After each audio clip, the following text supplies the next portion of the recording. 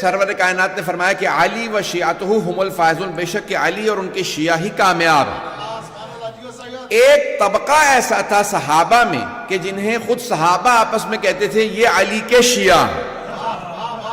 شیعہ کہا جاتا ہے پیروکار کو، شیعہ کہتے ہیں پیرو کو جو پیچھے چلنے والا ہو۔ تو کچھ ایسے تھے صحابہ رسول کے اندر بھی جن کو سرور کائنات کی حیات طیبہ میں بھی کہا جاتا تھا یہ علی کے شیعہ ہے۔ توجہ میرے ساتھ۔ تو کچھ ایسے صحابہ جن کو مولا امیر کی زندگی میں یعنی پیغمبر اسلام کے سامنے، یہ ایسی بات ہے کہ شیعہ بعد میں بنے ہیں، کہ بہت سے کہتے ہیں جتنے فرقے بنے ہیں پیغمبر کے بعد بنے ہیں۔ توجہ ہو میرے ساتھ۔ تو بہت سے لوگ کہتے ہیں پیغمبر اسلام کے بعد فرقے بنے ہیں، نہیں، کچھ ایسا گروہ تھا جو سرور کائنات کے سامنے بھی شیعہ کہلاتا تھا، انہیں دوسرے صحابہ کہتے تھے یہ شیعہ ہیں، اور سرور کائنات نے انہی کو دیکھنے کے بعد فرمایا تھا علی و شیعتہ ہم الفائزون، بے شک علی اور ان کے شیعہ ہی کامیاب ہیں۔ آئے میں چند لوگوں کے نام لے دیتا ہوں جو مشہور تھے علی کے شیعہ ہونے میں۔ ان میں پہلا نام ہے حضرت سلمان کا۔ حضرت سلمان فارسی کی جہاں جاتے تھے تو ان کو لوگ کہتے تھے بھئی یہ علی کے شیعوں میں سے ہیں۔ دوسرے تھے حضرت ابو ذر، تیسرے تھے حضرت مقداد، چوتھے تھے حضرت عمار۔ یہ وہ چند افراد تھے کہ جہاں جاتے تھے، بہرحال ان کے علاوہ بہت سے لوگ ہیں، حضرت حذیفہ یمانی اور بہت سے لوگ ہیں کہ جو جہاں مولا کائنات جاتے تھے یہ پیچھے پیچھے رہا کرتے تھے، اس لیے لوگ کہتے تھے یہ علی کے شیعہ ہیں۔ ایک بات واضح ہو گئی، جو پیچھے چلنے والا ہوتا ہے اسے شیعہ کہا جاتا ہے۔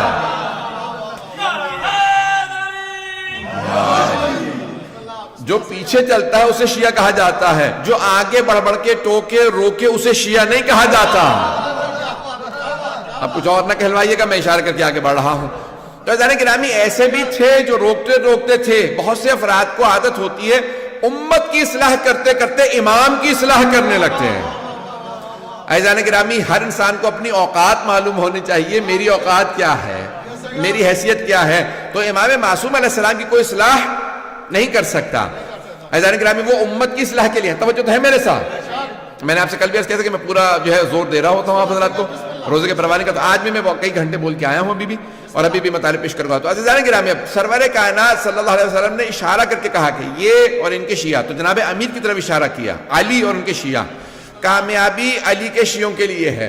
تو مولا کائنات نے بھی اپنی ولادت میں بھی گواہی دی ہے کہ میں سورہ مومن کی تلاوت کی، اور اپنی شہادت پہ بھی کہا فزت ورب الکعبہ، بے شک کہ میں نے جہاں پہ بات کو رکا تھا، اپنے انشاءاللہ پورے بہت سے چہرے نئے نظر آ رہے ہیں انشاءاللہ تعالیٰ، جو جنہوں نے نہیں سنی تو بعد میں سن لیجئے گا، یہ میں مطالب کو پیش کروں گا۔ مومن کامیاب ہے، کسی بھی دور میں مومن کامیاب ہے۔ مومن وہ ہے جو اہل بیت کی ولایت کا ماننے والا۔ تو اب یہ مجھ سے کہا گیا تھا صفات مومنین، پہلی صفت یہ ہے کہ وہ اہل بیت کا ماننے والا ہو۔ اب سرور کائنات نے فرمایا یا علی، اور یہ کتاب ہے بحر المعارف، اس کی جلد نمبر ظاہراً 3 میں ہے یہ، تو بحر المعارف کی جلد نمبر 3 سے پیش کر رہا ہوں کہ یا علی مسلک فی امتی کا مسلک سورۃ توحید یا سورۃ الاخلاص، یا علی آپ کی مثال میری امت میں سورہ اخلاص جیسی ہے۔ سورہ اخلاص تو سب کو معلوم ہے، بسم اللہ الرحمن الرحیم، قل هو اللہ احد اللہ الصمد لم یلد ولم یولد ولم یکن لہ کفوا احد، یہ سورہ اخلاص کہلاتا۔ حدیث میں ہے کہ یا علی آپ کی مثال میری امت میں سورہ اخلاص جیسی ہے۔ سورہ اخلاص کو جو ایک مرتبہ پڑھتا ہے اسے 1/3 قرآن ختم کرنے کا ثواب ملتا ہے، جو 2 دفعہ تلاوت کرتا ہے اسے 2/3 قرآن ختم کرنے کا ثواب ملتا ہے، جو 3 مرتبہ سورہ اخلاص کی تلاوت کرے اسے ختم قرآن کا ثواب ملتا ہے۔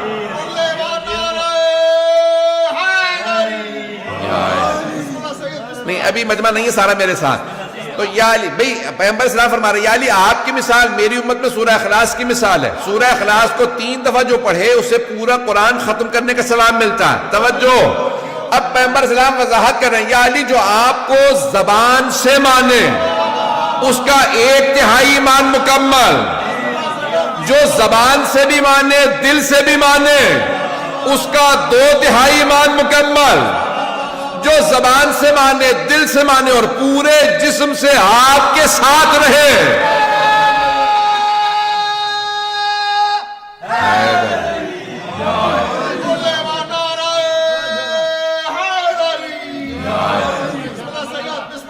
وہی مستکمل الایمان ہے، اسی کا ایمان مکمل ہے۔ تو عزیزان گرامی مومن وہ ہے کہ جو صرف زبان سے نہ مانے، دل سے بھی مانے اور پورے بدن سے مولا کے پیچھے چلتا رہے، پوری طرح سے مولا کی پیروی کرے. تو مومن وہ ہے کہ جو ہر طرح سے اپنے آپ کو تسلیم سمجھے مولا کائنات کے سامنے. تو پہلی شرط ہے مومن کے لیے ایمان، اور صرف اللہ پہ نہیں، اس کے رسول پہ صرف ایمان کافی نہیں، قرآن پہ کافی نہیں، بلکہ ولایت علی پہ ایمان، ولایت محمد و آل محمد پہ ایمان، ولایت اہل بیت پہ ایمان. جو ایمان رکھتا ہے وہی مستکمل الایمان. عزیزان گرامی بہت سے ایسے تھے کہ جو صرف زبانی کلامی مانتے تھے. عزیزان گرامی زبانی کلامی ماننا کافی نہیں ہے. زبانی مان لینا کافی اگر ہوتا تو بہت سے ہم یعنی سارے مسلمان پھر ولایت علی کے معتقد ہیں، تو زبان سے کیونکہ سب کے سب مانتے ہیں کہ ہم اہل بیت کو مانتے ہیں. عزیزان گرامی یہ کہنا کافی نہیں ہے بلکہ دل سے ماننا بہت ضروری ہے. میں نے چند دن پہلے ایک جملہ پیش کیا تھا، بلکہ شاید یہ اس ماہ رمضان کی بات نہیں، کسی اور موقع پہ پیش کیا تھا. میں اس کو تھوڑا سا اشارہ کر کے آگے بڑھوں گا، توجہ ہے میرے ساتھ. عزیزان گرامی یہ میں جملہ پیش کر رہا ہوں دوبارہ. بہت سے افراد کہتے ہیں کہ نہیں ہم اہل بیت کو مانتے ہیں. آپ کیوں کہتے ہیں کہ صرف شیعہ اہل بیت کو مانتے ہیں؟ ہم کہتے ہیں کہ ہم اہل بیت کو مانتے ہیں، تو کہتے ہیں نہیں ہم بھی مانتے ہیں. اہل سنت بھی ہے وہ کہتے ہیں ہم مانتے ہیں. عزیزان گرامی فرق کیا ہے ان کے ماننے میں ہمارے ماننے میں؟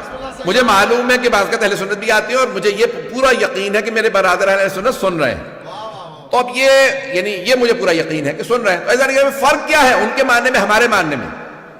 تو اب میں فرق کو پیش کر رہا ہوں. وہ کہتے ہیں ہم مانتے ہیں، تو آپ بھی کہتے ہیں کہ صرف آپ مانتے ہیں، یعنی اہل بیت کے ماننے والے صرف شیعہ ہیں. کیا فرق ہے ہمارے ماننے میں اور ان کے ماننے میں؟ میں ان کو ان کی زبان میں سمجھانا چاہتا ہوں. اگر کوئی کہے میں اللہ کو مانتا ہوں لیکن جتنے بت ہیں میں انہیں بھی مانتا ہوں،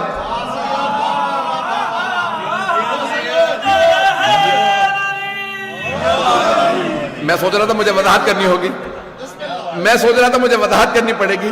آپ حضرات پہنچ گئے بغیر وضاحت کے. کوئی وضاحت نہیں کروں گا، آگے بڑھ جاؤں گا. عزیزان گرامی بہت سے کہتے ہیں کہ میں اللہ کو مانتا ہوں لیکن جتنے بت ہیں انہیں بھی مانتا ہوں. کیا ایسے کی توحید قبول ہے؟ ایسے کی توحید قبول نہیں ہے، کیونکہ وہ خدا کے ساتھ اس کے جو شریک ہیں انہیں بھی مانتا ہے. توحید اس کی قبول ہے جو خدا ہی کو مانتا ہو. عزیزان گرامی دوسرا سوال میرا آپ سے، اگر کوئی کہے میں رسول خدا کو مانتا ہوں لیکن جتنے جھوٹے نبوت کے دعوے ہیں مسیلمہ کذاب سے لے کے آج تک، بہت سو کے نام لینا مشکل ہو جاتا ہے، تو جیسے مثال کے طور پہ کسی اور بہت سے لوگوں نے دعویٰ کیا میں بھی نبی، میں بھی نبی، میں بھی نبی. بات واضح ہو رہی ہے. کوئی آدمی کہ میں رسول خدا کو مانتا ہوں لیکن جتنے جھوٹے نبوت کے دعوے تھے انہیں بھی مانتا ہوں. کیا ایسے کی نبوت کا عقیدہ قبول ہے؟ نہیں قبول. کیوں؟ کیونکہ رسول خدا خاتم النبیین ہے. اگر بات واضح ہو رہی ہو. اب اگر کوئی کہے میں اہل بیت کو مانتا ہوں، میں علی کو مانتا ہوں، حسن کو مانتا ہوں، حسین کو مانتا ہوں لیکن ان کے دشمنوں کو بھی مانتا ہوں، کیا ایسے کی امامت و ولایت کا عقیدہ قبول ہے؟ جب تک کہ دشمنوں سے بیزاری کا اعلان نہ کرو تب تک بات واضح ہو.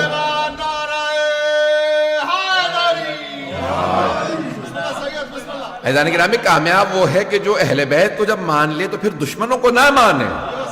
اور مشہور روایت ہے کہ کسی نے کہا مولا میں نے آپ کے چھٹے امام علیہ السلام سے کہا مولا میں نے آپ کے جد امیر المومنین کی شان میں 5 یا 6,000 بیت کہے، اشعار کہے ہیں، تو 2 بیت سے مل کے ایک شعر بنتا. تو کہا میں نے 5 یا 6,000، میرے سب ذہن میں 5,000 یا 6,000 ہے، روایت میں ایک ہے دونوں نہیں ہے. تو اس نے کہا 5 یا 6,000 میں نے بیت کہے.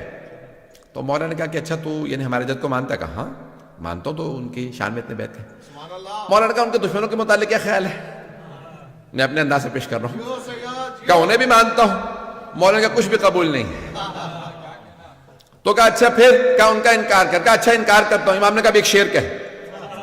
اس نے ایک شعر کہا. مولا نے کہا یہ تیرا ایک شعر ان 5,000 ابیات سے افضل ہے جب تو دشمنوں سے بیزاری کرے. بات پہنچ رہی ہے عزیزان گرامی؟ عزیزان گرامی یہ کافی نہیں ہے کہ ایک آدمی کہتے میں اہل بیت کو مانتا ہوں اور زبانی جمع خرچ جو ہے وہ فوراً لے کے احسان جتلانے لگے میں اہل بیت کو مانتا تو ہوں.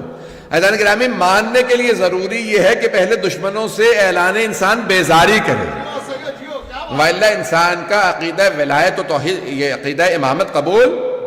میں بھی پڑھنے والا ہوں، اگر چلتے رہیے گا مجھے اندازہ ہے کہ آج نوحہ خان بھی کافی موجود ہے، تو اس لیے جو ہے میں انشاءاللہ وقت پہ تمام کروں گا. کل بھی میں انشاءاللہ میں نے وقت پہ تمام کیا تھا، تو چلتے رہے گا میرے ساتھ. عزیزان گرامی، آج بھی اگر کوئی عقیدہ امامت رکھتا ہو، ولایت رکھتا ہو، جب تک کہ دشمنوں سے اعلان بیزاری نہ کرے تب تک اس کا عقیدہ قبول نہیں. دوسری بات، عقیدے کے اندر یہ انسان کے لیے بہت ضروری ہوتا ہے کہ انسان جس پہ اعتقاد رکھتا ہو، یہ میرا امام ہے، یہ میرا مولا ہے، انسان اس سے کبھی بھی کوئی سمجھوتا نہیں کرتا. جو کہہ دیا وہ تسلیم ہے. امام جو ہے، یعنی انسان یہ نہیں کہتا کہ یہ مانوں گا یہ نہیں مانوں گا، سمجھو ہو، یہ مانوں گا یہ نہیں مانوں گا. انسان کسی بھی چیز پہ کمپرومائز نہیں کرتا، سمجھوتا نہیں کرتا. جو کچھ امام نے کہہ دیا وہ قبول ہے، رد و قد نہ کرے. جو امام نے کہہ دیا اس کے سامنے تسلیم ہو. عزیزان گرامی، بہت سے افراد امام معصوم علیہ السلام کی حیات طیبہ میں موجود تھے لیکن ٹکرا گئے. کیوں؟ کیونکہ جہاں پہ انہوں نے کمپرومائز کیا، امام علیہ السلام نے کہا یہاں کمپرومائز نہیں ہے. ایک جملہ کہوں گا، مجھے نہیں معلوم کتنے لوگ میرا ساتھ دیں گے، اور میں بالکل بھی سمجھوتا نہیں کرتا. آپ جانتے ہیں امامت کے معاملے کے اندر جتنے مرضی معاملات میرے خلاف بنتے چلے جائیں. عزیزان گرامی، امامت کا عقیدہ ایسا عقیدہ ہے کہ جس کے اندر انسان میں بالکل بھی کسی بھی طرح کا انسان نیوٹرل نہیں رہ سکتا، بے طرف نہیں رہ سکتا. یہ نہیں کہہ سکتا کہ میں امام کے ساتھ بھی ہوں اور کسی اور کے ساتھ بھی ہوں، یا امام کے ساتھ ہو یا نہیں ہو. امام علیہ السلام نے اجازت نہیں دی ہے. میں نے چند دن پہلے جو وعدہ کیا تھا میں اس کو ذرا مکمل کر دوں گا، آج میں نے وہاں پہ مکمل نہیں کیا تھا. عزیزان گرامی، مولا کے اگر آپ دیکھیں تو حکمیت کا معاملہ، حکمیت ذہنوں میں ہے نا، ایک ہوتا ہے قاضی، ایک ہوتا ہے حکم. حکم یعنی آربیٹریٹر. میں نے اسے نص کیا تھا. جنگ ہوئی مولا کی صفین، اور معاویہ کے ساتھ جنگ ہوئی، اور اس کے بعد، اور نام میں جو ہے وہ لوگوں کی تاریخ ہے، میں کوئی ایسی بات نہیں کر رہا ہوں، تو اس لیے معاویہ کے ساتھ جنگ ہوئی. 1.5 سال سے زیادہ جنگ جاری رہی، اور جنگ جب ختم ہوئی تو کہاں پہ ختم ہوئی؟ حکمیت کے معاملے، کہ جہاں جناب مالک اشتر بلایا گیا ان کو، اور پھر آپ کی ہی جو فوج سے لوگ بغاوت کر گئے جن کو خوارج کہا جاتا ہے. خوارج، انہوں نے کہا کہ ہم جو ہے وہ یہ جنگ نہیں کرتے، کیونکہ سامنے انہوں نے قرآن اٹھا لی ہے نیزوں پہ. آج بھی بہت سے افراد صرف قرآن قرآن قرآن دکھا رہے ہیں اور کہتے ہیں کہ میں اہل بیت کو نہیں مانتے.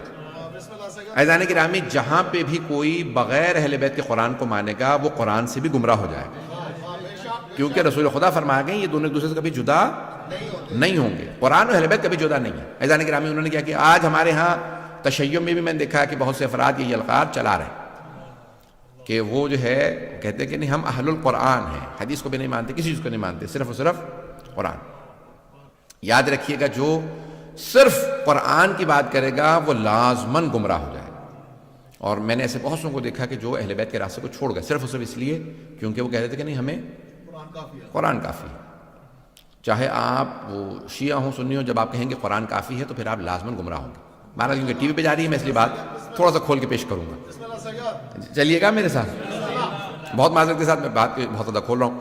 عزیزان گرامی، اب یہ جناب امیر علیہ السلام کے سامنے ہوا معاملہ. انہوں نے قرآن اٹھایا، مولا نے کہا بھئی یہ قرآن لے لو، یہ جو دکھا رہے ہیں اس کا واسطہ دے رہے ہیں، جنگ جاری رکھو.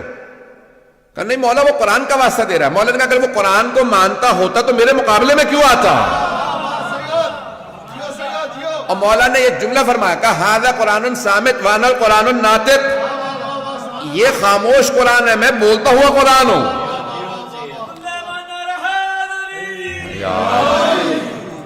عزیزان گرامی، میں انہوں نے جو ہے وہ قرآن دکھائے، 500 قرآن نیزوں پہ بلند کیے، اور مولا کائنات نے کہا کہ نہیں ٹھیک ہے یہ قرآن جو ہے ان سے لے. لیکن لوگوں نے کیا کیا؟ نہیں، مولا کی بات کو نہیں مانا، اور وہ قرآن کریم جو ہے وہ کہا کہ نہیں سامنے قرآن علی آپ معاذ اللہ قرآن کے مقابلے میں آ رہے ہیں. یہ جملہ کہا لوگوں، اور جملہ کہا میں دہراؤں گا استغفر اللہ ربی واتوب الیہ معاذ اللہ من ذالک، لیکن جملہ کہے بغیر میں نہیں رہ سکتا جو انہوں نے کہا تھا خوارج میں. اور میں پہلے سے توبہ کر رہا ہوں، لیکن وہ جملہ دہرانا اس لیے ضروری ہے تاکہ لوگوں کو اندازہ ہو کہ جو اہل بیت کو چھوڑ دیتے ہیں وہ کہاں تک چلے جاتے ہیں.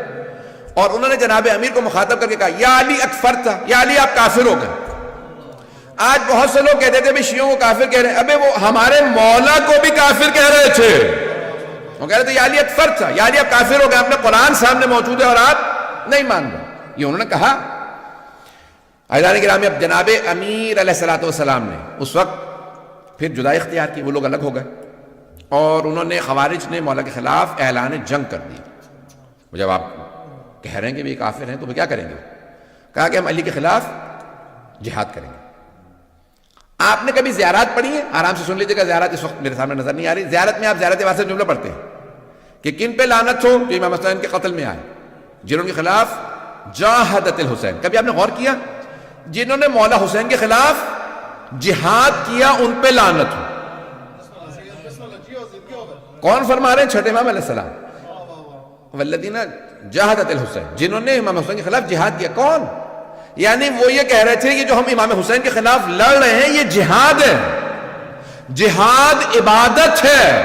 نہیں ہے مجمع میرے ساتھ؟ جہاد عبادت ہے یا نہیں ہے؟ فروع دین میں چھٹے نمبر پہ جہاد ہے. پہلے ہے نماز، روزہ، حج، زکوٰۃ، خمس، جہاد. فروع دین میں واجب عبادت سمجھتے ہوئے قربتاً اللہ کی نیت سے کر سکتے ہیں. نماز اگر قربتاً اللہ نہ ہو تو قبول نہیں. روزہ قربتاً اللہ نہ ہو قبول نہیں. حج قربتاً اللہ نہ ہو قبول نہیں. خمس و زکوٰۃ قربتاً اللہ نہ ہو قبول. جہاد قربتاً اللہ نہ ہو قبول نہیں. پتہ نہیں مجمع ہے یا نہیں؟ اب وہ کہہ رہے تھے ہم جہاد کر رہے ہیں. جہاد کا مطلب ہوتا ہے یعنی ہم اللہ کی خاطر لڑنے آئے ہیں. پتہ نہیں لوگ ہیں یا نہیں؟ جو لوگ اہل بیت کو چھوڑ دیں، صرف قرآن قرآن قرآن کریں، وہ اہل بیت کے خلاف لڑیں گے اور سمجھیں گے جہاد ہو رہا ہے. چھٹے امام فرماتے ہیں جو حسین کے خلاف لڑے اور کہے یہ جہاد ہے اس پہ لعنت ہو. پتہ نہیں مجمع ہے یا نہیں ہے؟ بات پہنچ رہی ہے؟ یہ آج داعش کو دیکھ کے تعجب نہ کریں. آج طالبان کو یہ جو کہتے ہیں کہ ہم جا کے حرم گرا دیں گے، عزیزان گرامی یہ نیا موضوع نہیں ہے. میں تلخ باتیں کہہ رہا ہوں معذرت کے ساتھ. عزیزان گرامی آج بھی اگر ایسے ہوں کہ کہیں کہ ہمیں قرآن کافی ہے، وہ لازماً گمراہ ہوں گے، وہ لازماً اہل بیت کے مقابلے میں آ جائیں. اور انہوں نے کیا کیا جناب امیر کے خلاف؟ میں نے کل فضائل سنایا تھا، لیکن آج میں جو فضائل پیش کر رہا ہوں تھوڑے سے مختلف اینگل سے پیش کر رہا ہوں. جناب امیر کے خلاف انہوں نے بغاوت کا اعلان کر دیا اور نعرہ کیا بلند کیا؟ ان الحکم الا للہ. قرآن کی آیت، سورہ یوسف سے آیت لی اور کہا ان الحکم الا للہ. حکم، حاکم، حکومت کا حق صرف اللہ کو ہے. یعنی کیا مطلب؟ علی ہمیں حاکم قبول نہیں. مولا سے کہا مولا وہ قرآن کی آیت پیش کر رہے ہیں آپ کے خلاف. ایسے سے بھی لوگ تھے بیچارے کہ مولا سے سوال کا جواب لینے آ رہے ہیں، مولا وہ آیت پڑھ رہے ہیں. تو مولا نے کیا فرمایا؟ کلمۃ حق یراد بہا الباطل. کلمہ حق بلند کر رہے ہیں لیکن مراد باطل لے رہے ہیں. قرآن حق ہے. پھر مولا نے فرمایا کہا کہ حکومت لابد من امیر، اللہ خود حکومت کرنے نہیں آئے گا، ایک انسان ہی حکومت کرے گا. چاہے تم اللہ عادل، اما عادل و اما فاسق، چاہے عادل کی حکومت ہو چاہے فاسق کی حکومت ہو. تم علی جیسے عادل کے نہیں مانو گے تو پھر معاویہ سے کسی اور آدمی کے مانو گے. عزیزان گرامی جناب امیر علیہ السلام نے وہاں پہ سٹینڈ لیا اور پھر آپ نے فرمایا یہ ایک ایسا فتنہ ہے جو میرے بعد بھی کوئی اس کے خلاف قیام نہیں کر سکے گا، میں ان کے خلاف قیام کروں گا. اور آپ نے قیام کیا اور آپ نے کہا کہ بھئی لشکر کشی کرو، ہم ان کا مقابلہ کریں گے. تھوڑی سی میں جنگ کو پیش کروں گا جناب امیر علیہ السلام کی. شاید تھوڑا سا ماحول بدل جائے کیونکہ میں تلخ و سخت باتیں کہہ رہا ہوں. یہ ہر دور میں انفارچونیٹلی افسوس کے ساتھ کہنا پڑتا ہے، یہ ہر دور میں ایسا آپ کو مل جائے گا کہ ایسے لوگ آج بھی، داعش دیکھ لیں، ایسے بہت سے لوگ ہیں جو بغاوت کریں گے اور آخری زمانے میں بھی ایسا ہوگا. بعد میں امام خلاف بھی بہت سے کلمہ گو ہوں گے اور وہ یہ کہیں گے کہ ہم جہاد کر رہے ہیں. معاذ اللہ آج یہ لوگ مسجدوں میں امام بارگاہوں کے اندر آ کے بم رکھتے ہیں اور کہتے ہیں ہم جہاد کر رہے ہیں. اور چھٹے امام فرما گئے کہ ایسے جہاد کرنے والوں پہ بھی لعنت ہو. آئیں ذرا چلیے گا میرے ساتھ عزیزان گرامی، زیادہ تلخ تو نہیں ہو رہا ہوں، 5 سے 10 منٹ کی زحمت دوں گا. عزیزان گرامی مولا کائنات نے ایک مرتبہ ان کے خلاف جنگ کا اعلان کیا. اس کو جنگ کو کہا جاتا ہے نہروان.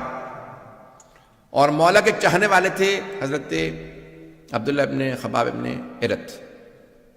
میں نے کسی مقام پہ بیان کیا تھا، یہاں نہیں پڑھا کبھی بلکہ زیارات پہ ہی پڑھا. وہ ان کی اہلیہ جو ہیں وہ حاملہ تھیں اور وہ ان کو لے کے آ رہے تھے کوفے وضع حمل کے لیے. راستے میں خوارج نے روک لیا. لمبی لمبی داڑیاں، سجدوں کے نشان، قاری قرآن سب تلاوت کر رہے تھے. اتنے مقدس ظاہری طور پہ کہ ان میں سے ایک آدمی نے کھجور زمین سے اٹھا لیا کہ گرا ہوا کھجور ہے، منہ میں رکھا. دوسرے نے کہا تمہیں پتا ہے یہ باغ کس کا ہے؟ کہا نہیں. کہا تم نے بغیر اجازت کے تم نے کھجور کھا لیا؟ اس نے واپس نکال کے وہیں زمین پہ رکھ دیا. کہا پروردگارہ مجھے معاف کر دے، میں نے کھجور بغیر مالک کے پوچھے کھا لیا تھا، مجھے معاف کر دے.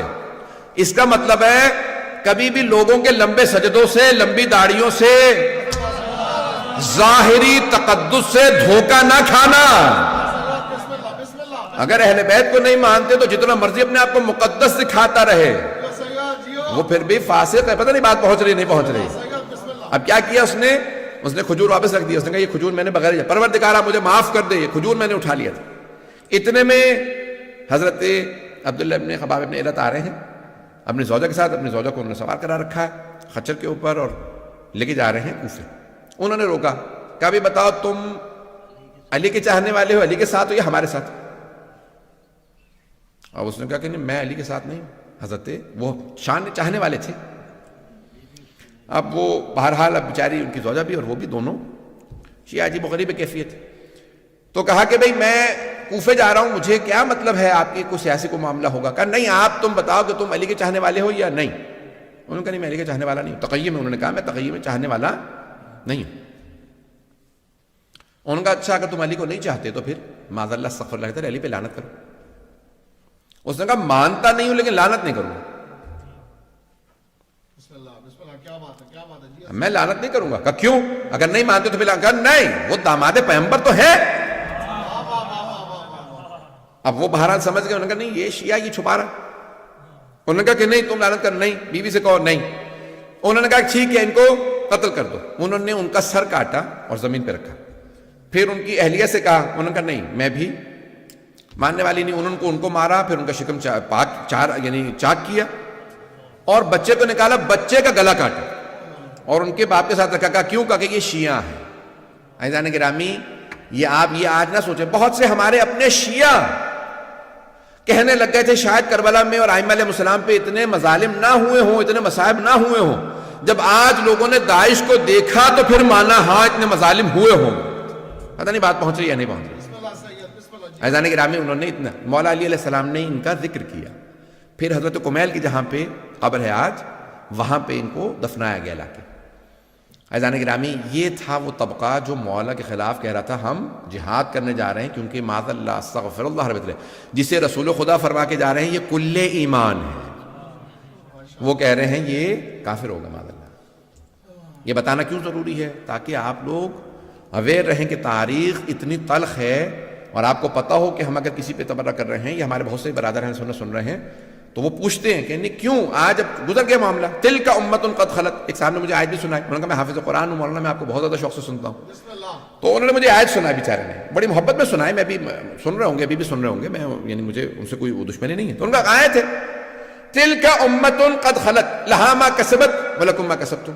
وہ ایک امت تھی، وہ خلق کی گئی، ان کا حساب ان کے ساتھ، آپ کا حساب آپ کے ساتھ. ان کو بھلا دیں. ایسے معاملات کو بھلایا نہیں جا سکتا.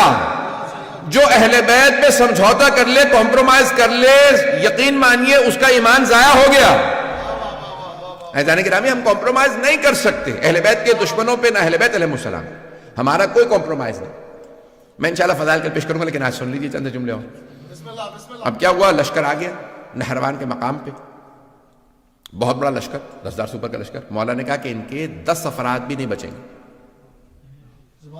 اور میرے 10 افراد بھی شہید نہیں ہوں گے. اور حضرت جندب مولا کے چاہنے والوں میں ہیں، عاشقوں میں سے. تو مولا فجر کے بعد ہیں باہر نکلے اپنے خیمے سے. تو مولا نے کہا جندب کہاں؟ کہا مولا آپ کے دشمن بہت زیادہ ہیں. کہا نہیں جندب رک جاؤ، مجھے تمہاری حفاظت کی ضرورت نہیں ہے. میں ہوتا تو میں حضرت جندب کی خدمت میں عرض کرتا یہ مولائے کائنات ہے، یہ مشکل کشا ہے. اب بہرحال عزیزان گرامی مولا کچھ فاصلے سے واپس آئے. اس کے بعد کہا کہ جندب کیا دیکھ رہے ہو؟ کہا مولا زمین پہ دیکھ رہا ہوں چونٹیوں کی اتنی تعداد ہے کہ کون ان کی تعداد کو جانتا ہوگا. یہ سوچ رہا تھا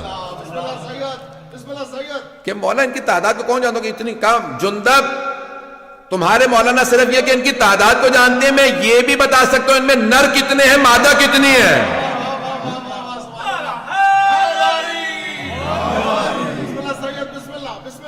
معذرت کے ساتھ کئی مرتبہ چیزیں ہو جاتی تو انسان کا موڈ ویسا بنتا ہے، پھر اس حساب سے انسان پیش کرتا ہے مطالب کو. تو آج میں نے تلخ انداز سے پیش کیا، انشاءاللہ کل میں فضائل کے انداز سے پیش کر دوں گا. عزیزان گرامی، مولا کائنات کی پھر ایک مرتبہ جنگ شروع ہوئی اور مولا نے بتایا کہ کتنے لوگ آ رہے ہیں، اور جناب جندب کو کہا کہ جندب یہ جو پہاڑ دیکھ رہے ہو سامنے، اس کے پیچھے ایک لشکر آ رہا ہے، وہ بھی آئیں گے، حملہ کریں گے. وہی خوارج ہیں، وہی نہروان کے اس مقام پہ آئیں گے، مجھ سے بھی مقابلہ کریں گے، اور ان میں سے 7 افراد فرار کریں گے، 3 افراد کے ساتھ بھاگ جائیں گے. انہی میں سے فرار کرنے والوں میں سے ایک کا نام تھا عبد الرحمن ابن ملجم، جس کو یعنی ہمارے ہاں کہا جاتا ہے کہ جس قدر یعنی سب سے شقی القلب کہا ہے رسول خدا نے اس آدمی کے لیے کہ کربلا میں بھی آنے والوں سے زیادہ پتھر دل انسان یہ ہے، شمر سے زیادہ ملعون ابن ملجم. اور کہا جاتا ہے کہ اس کا نام لے کر کے جتنی ہو سکے لعنت کرنا اس کا بے انتہا ثواب. تو عبد الرحمن ابن ملجم، میں اس کی بھی تھوڑا سا تاریخ پڑھنا چاہ رہا تھا لیکن اب شاید آج پیش نہ کروں. مجھے اندازہ ہے کہ بہت سی باتیں میں نے تل کہیں اور میں کہوں گا آئندہ بھی 3 مجالس کے اندر. عزیزان گرامی، مولا نے پھر جنگ کی، اور مولا جو ہیں وہ عام طور سے زمین پہ کھڑے ہو کے جنگ کرتے تھے. جو آئے مقابلہ کرے، جو مارا جائے مارا جائے، جو بھاگ جائے بھاگ جائے. واحد جنگ ہے جہاں پہ مولا نے فرمایا، کہا اس میدان سے کسی کو بھاگنے نہ دینا. یہ صفین کے لیے اور نہروان کے لیے لوگوں نے کہا کہ مولا نے صرف ان کے لیے کہا اس میدان سے جو بھاگے اسے بھاگنے نہ دینا، اس سے پیچھے اس کے مقابلہ کرنے کے لیے جانا اور اس کو وہاں مار دینا. کہا مولا کیوں؟ جمل میں آپ نے کہا جو بھاگتا ہے بھاگ جائے، لیکن یہاں پہ آپ فرما رہے ہیں کہ جو بھاگتا ہے اسے بھاگنے بھی نہ دو. کہا جمل میں لوگ ماں کا نام سن کے دھوکہ کھا کے آ گئے تھے، پتہ نہیں لوگ ہیں یا نہیں، سوچ رہے تھے شاید ماں صحیح ہو اس لیے دھوکہ کھا کے آئے تھے، انہیں نہیں پتا علی حق ہے، پتہ نہیں مجمع ہے یا نہیں. کہ اس لیے میں نے وہاں پہ کہا تھا جو بھاگے بھاگنے دو، دھوکہ کھا کے آئے. وہاں مسلمان تھے، دھوکہ کھا کے آ گئے تھے. یہاں یہ منافق ہیں، کافر ہیں، اسلام کا لبادہ ہو رکھا، کہ کوئی بھاگے اسے بھاگنے نہ دینا. مولا نے ایک مرتبہ ذوالفقار کھینچی، اللہ اکبر کی صدا دی، گھوڑے کو ایڑ لگائی. مولا صفوں سے اپنے گھوڑے کو دوڑاتے رہتے تھے، جہاں سے گزرتے تھے سر ہی سر نظر آتے تھے. کسی نے سوال کیا یا علی تلوار چل نہیں رہی، سر پہ سر گر رہے ہیں؟ میں اپنے انداز سے جواب دے رہا ہوں، مولا کہیں گے میں ذوالفقار کو روک رہا ہوں، رک نہیں رہی ہے.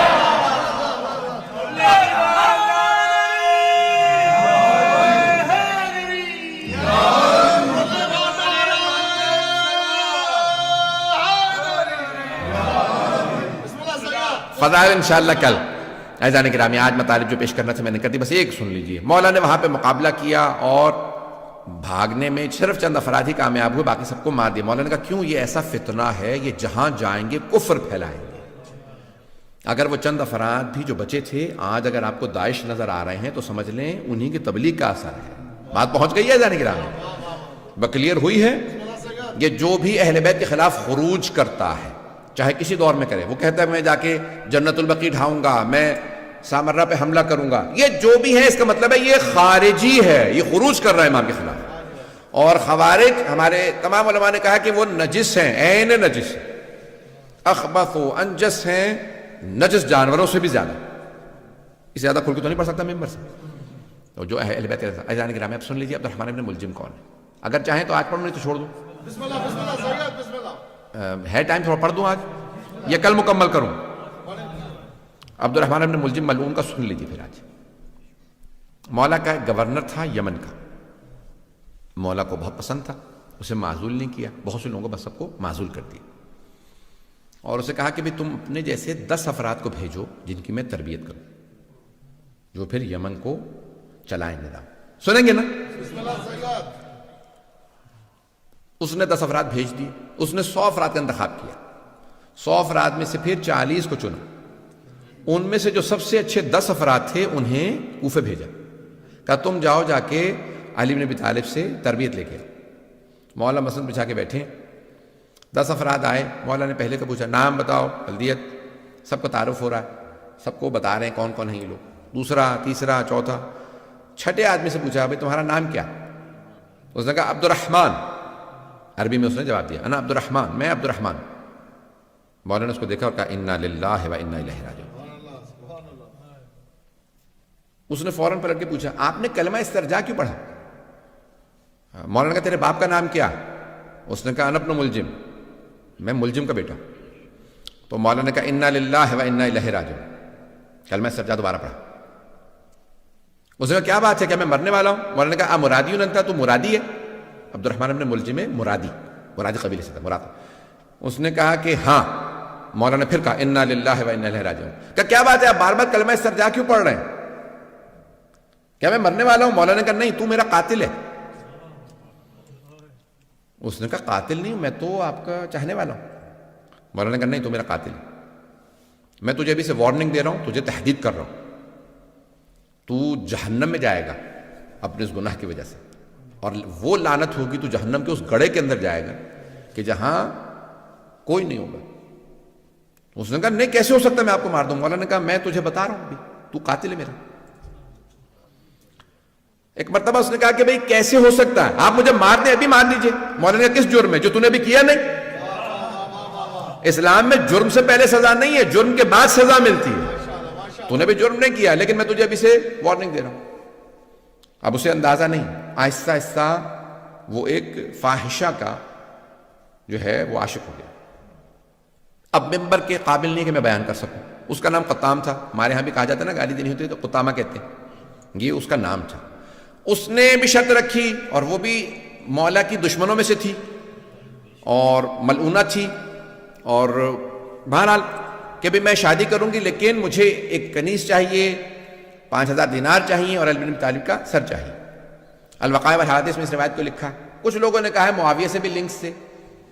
اور بہرحال اہل بیت کے قتل کے اندر آپ کو پتہ بنو امیہ کا ہمیشہ کردار رہا ہے. بنو امیہ نے بڑا منفی کردار ادا کیا. اہل بیت کے خلاف جو سب سے بدترین جو دشمن اہل بیت کے گزرے ہیں اور اب تک ہیں وہ بنو امیہ. اب وقت تمام ہو گیا، میں تفصیل میں نہیں جا سکتا. اور پھر اس نے کہا کہ نہیں میں ایسا نہیں کر سکتا، اور پھر آہستہ آہستہ کہا کہ ٹھیک ہے میں ایسا کروں گا. اور کیا کیا اس نے؟ یہ گیا خانہ کعبہ میں، غلاف خانہ کعبہ پکڑ کے اس نے قسم کھائی کہ میں علی کا قتل کروں گا.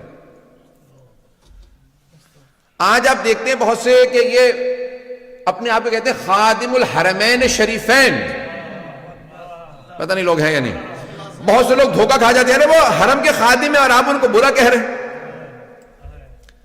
بھئی ہم آپ کو تاریخ میں ایسے بہت سے کردار پیش کر سکتے ہیں جو خانہ کعبہ کا غلاف پکڑ کے قسم کھاتے ہیں کہ میں رسول خدا کے بھائی علی بن ابی طالب کا قتل کروں گا. یہ میں کیوں پیش کر رہا ہوں؟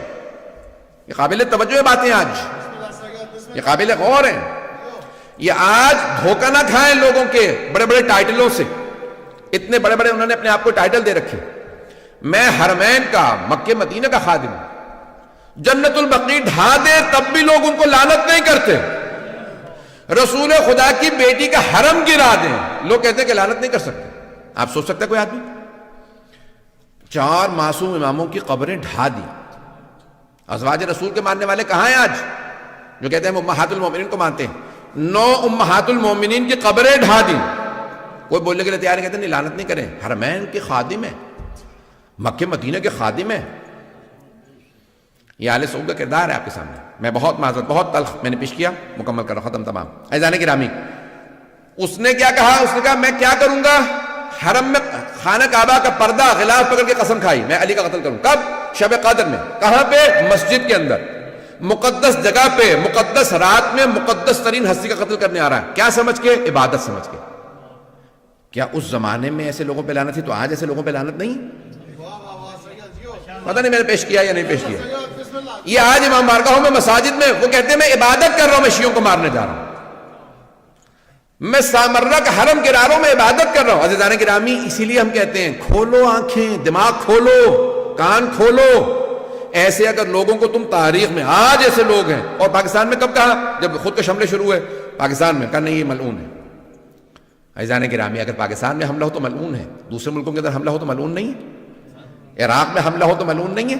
شام میں جناب زینب کے حرم پہ حملہ کرے تو ملعون نہیں ہے ایسے لوگ.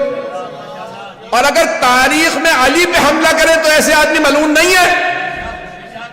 میں یہ سخت ترین جملے کہیں، میں بہت معذرت، لیکن میں کہنے پہ مجبور ہوں، آج یہ پڑھنے پہ مجبور ہوں. ایسے حالات ہیں، اگر میں نہیں کھولوں گا تو کوئی اور نہیں بولے گا. عزیزان گرامی یہ تاریخ کے وہ کردار ہیں کہ جن پہ تاریخ میں بھی لعنت تھی، آج بھی لعنت ہے۔ اللہ ان لوگوں پہ لعنت بھیجتا ہے، اس کا رسول ان پہ لعنت بھیجتا ہے، ملائکہ لعنت بھیجتے ہیں، قیامت تک کے لیے ایسے لوگوں پہ لعنت ہے۔ اور جو ان پہ لعنت نہیں بھیجتے